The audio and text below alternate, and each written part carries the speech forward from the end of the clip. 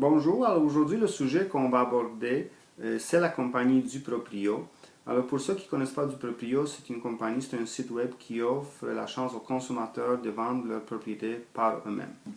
Alors si jamais j'aurais un client qui viendrait me voir et m'aurait dit Thomas, écoute, je voudrais vraiment essayer de vendre ma propriété par moi-même, je connais un petit peu la vente, c'est une expérience que je veux vivre. Qu'est-ce que tu me conseilles? Où penses-tu que je devrais exposer ma propriété sans courtier immobilier? Alors, c'est sûr et certain, en ce moment-là, je lui conseillerais du proprio pour quelques raisons. Entre autres, que c'est une grande compagnie quand même. Leur site web est quand même très bien fait. Et c'est vraiment la place où je conseillerais à mon client de l'exposer si jamais il décide d'aller vers cette avenue-là de la vendre sans courtier immobilier.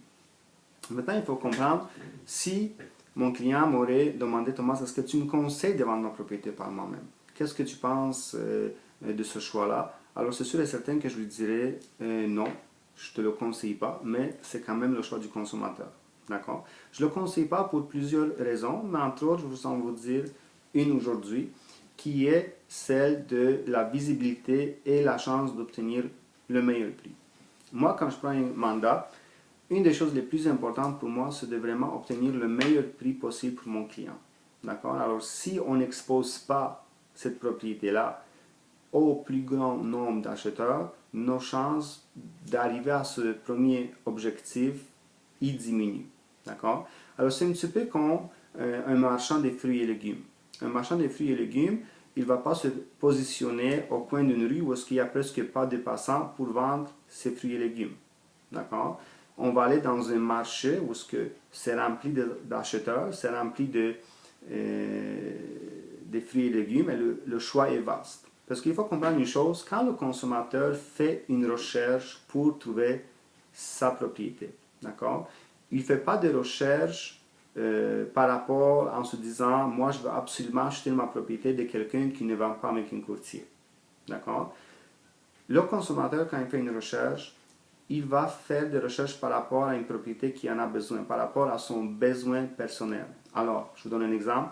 Monsieur X veut maintenant une propriété à Notre-Dame-des-Grâces avec 3 chambres à coucher et un sous-sol fini, pas de garage. D'accord? Alors, où est-ce que vous pensez qu'il va aller faire cette recherche-là? D'accord?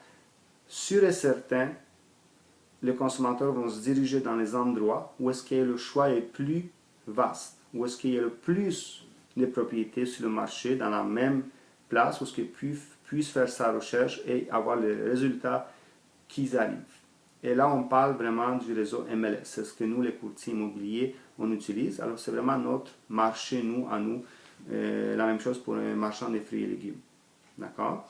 Alors, il faut prendre ça en considération. D'accord? Il faut prendre ça en considération parce que il y a d'autres points qui arrivent lors des négociations. D'accord? Et ça, les consommateurs le vivent régulièrement. Je peux vous en dire quelques exemples quand je côtoie des vendeurs qui vendent par eux-mêmes. Une des choses qu'ils me disent, après qu'on prend le mandat avec nous, et ils nous disent, Thomas, nous, on a eu quelques offres, mais toutes ces offres-là, elles étaient très basses. On les a toutes refusées. Pourquoi vous pensez que ça arrive? Pour une simple unique raison. L'acheteur, lui, quand il se présente chez un vendeur et il voit qu'il n'y a pas de courtier immobilier dans le décor, qu'est-ce que vous pensez qu'il se dit? Il se dit, ben lui, ce vendeur-là, il n'y a pas de frais de commission à payer au courtier, alors il est déjà négociable. Il y a déjà une grosse partie qui sauve dans ses poches, mais on va essayer de le retirer, cette partie-là.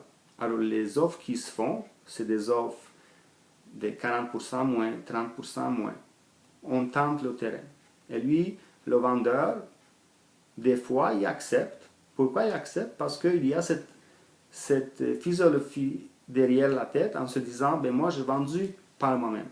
Mais la question il faut qu'on se pose, c'est est-ce qu'il a vraiment vendu ou il a, comme on dit, nous, entre les courtiers, il a donné. Et nous, on est là ici pour vendre une propriété. On est là ici pour avoir le meilleur prix possible, les meilleures conditions possibles et tout vous donner la protection qui vient avec la transaction. Alors j'espère que vous avez eu bons conseils de la part de vendre la propriété par vous-même. c'est quand même un choix que je respecte de mes clients. Alors, si vous voulez aller dans cette avenue-là, allez-y, il n'y a pas de problème. Comme je vous ai dit, du proprio, elle serait un bon choix pour vous. Si vous voulez vraiment être représenté par des professionnels, avoir les meilleures conditions, un meilleur prix et la protection, vous pouvez contacter un des courtiers immobiliers ici au Québec. Merci de l'écoute et j'espère que vous avez eu un petit peu plus de renseignements par rapport à une transaction sans courtier immobilier.